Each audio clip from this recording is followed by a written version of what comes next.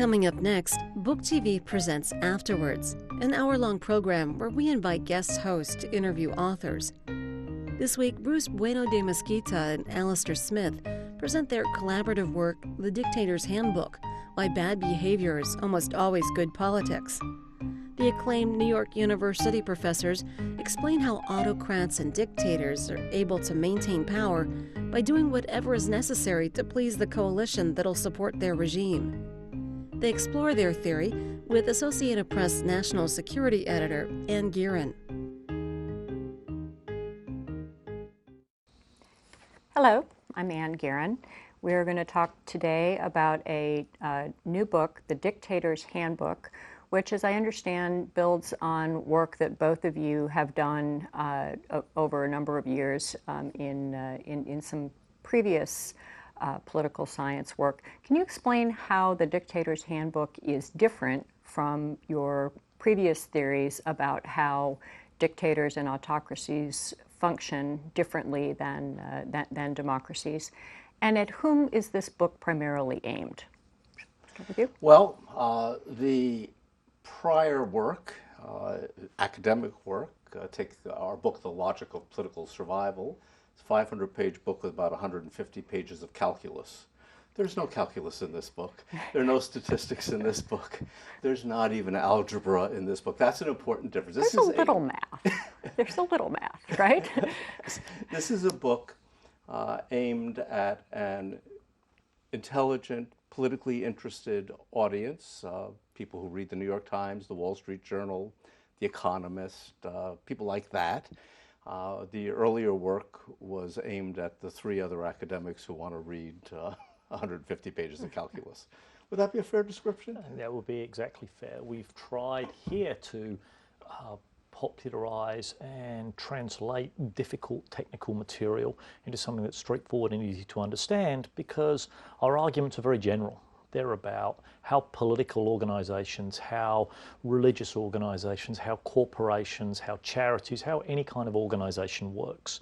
And so all we needed to, the purpose of this book was we spend a lot of time talking to students, talking to fellow academics, and of course we never talk about, the following function is increasing and all the calculus terms, and we don't give the statistics all the time. We use an example. And we just thought, so we decided to write the book, and to be honest, it was a book that wrote itself. It was incredibly easy because we have this wonderful idea about how politics works, that it's based upon self-interest and constraints that people have to operate within this system. The jostling of who's going to get their way and who isn't. And it was a book that would say story after story just fell into place. And so we've written it for a general audience. Can you explain a bit more about that theory of self-interest? That goes back to some of your earlier work. Is it always the case that a leader will act primarily in his or her self-interest, trumping every other potential motivation? Well, that's the absolute dominant motivation. So people have different things that they would like to do, and if they have some discretion, they may want to advance good public works projects. They may want to push for some kind of religious preference over something, but first and foremost, you can't do any of that stuff until you've secured yourself in power and taken care of the people who keep you in power. So that's what has to be done first.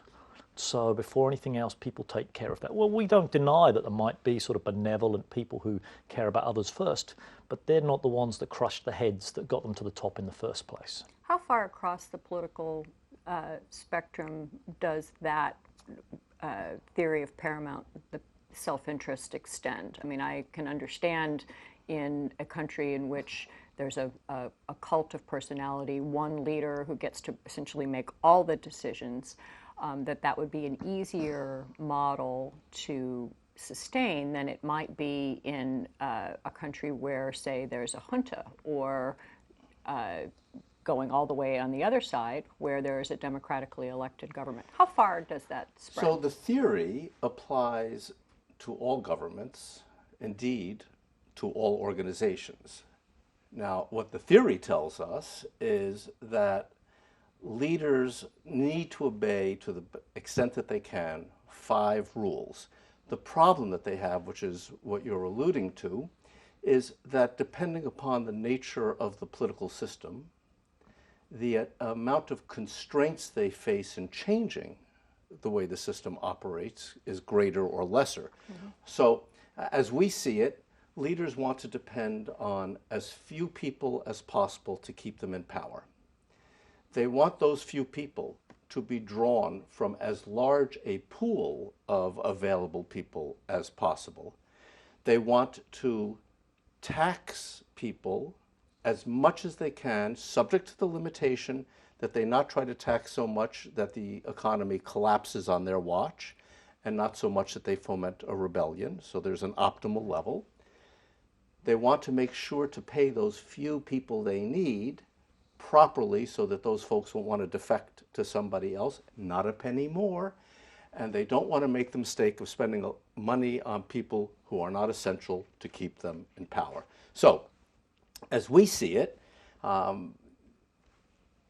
dictator, contrast with a junta leader, what people think of as a dictator is somebody who depends on very few people drawn from a relatively large pool of people. For example, Lenin invented a universal adult suffrage system in which everybody knew the elections were rigged, but there was a very small probability for any individual that they could get into that little group of insiders. It wasn't the royal family as it had been, and they could get payoffs, they could get lots of benefits.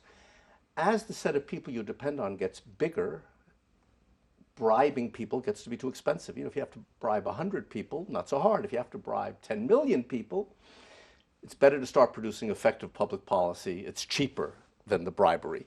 So as the coalition that you depend on gets bigger, loyalty to the leader gets weaker because they're saturating more of the pool, so there's not a lot of substitutes.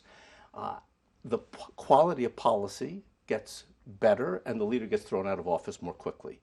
So a junta leader depends on a small coalition, just like a dictator, but a junta leader depends on a small coalition drawn from a small group, for example, of generals. And a dictator depends on a small coalition potentially drawn from a huge coalition. So the junta leader doesn't have as much loyalty. They face coups and overthrow much more frequently than the guy who has the same little coalition but drawn from a big pool where everybody knows they're easily replaced. Those are an awful lot of rules. I mean, you listed the 5 main ones, but it almost sounds as if a good, durable dictatorship is a bit of an accident of history. I mean, how could all of those things so easily be reproduced in so many countries over well, it's not an accident of history. In fact, one of our technical papers is about how it is that some governments evolve to be democratic and some governments evolve to be dictatorial or autocratic.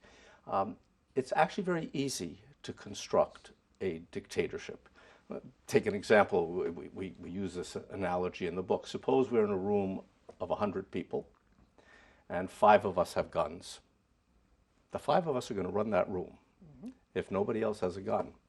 So dictatorship, creation of dictatorship, is generally about controlling violence, controlling the opportunity to engage in violence and not being hesitant about using it. Democracy is about being very hesitant to use it because we will throw the rascals out. We vote with the ballot box instead of the bullet. It's much harder to construct democracy than dictatorship. Well, I mean, by your model, democracy is a much more self-limiting operation, right? I mean, you can't do all of those things over and over and over and over and over again in a democracy because, as you say, throw the bums out. But it also just sort of isn't built that way, right? You can't, as you say, bribe that many people. You can't effectively run that large an organization if people keep getting to vote on how that organization is being run. Am I Well, we correct always here? have to have an executive that makes decisions. So we have leaders. We choose to retain them if they do the things that we like. And so the basis of the theory is, what does it mean to do things that we like? And it turns out things that we like depend upon how many of us get to pick. So this is the basis of the argument. In a democracy, there's many, many people. So in the US, to be president, you need about 34, 35 million votes is enough to win the presidency. In a country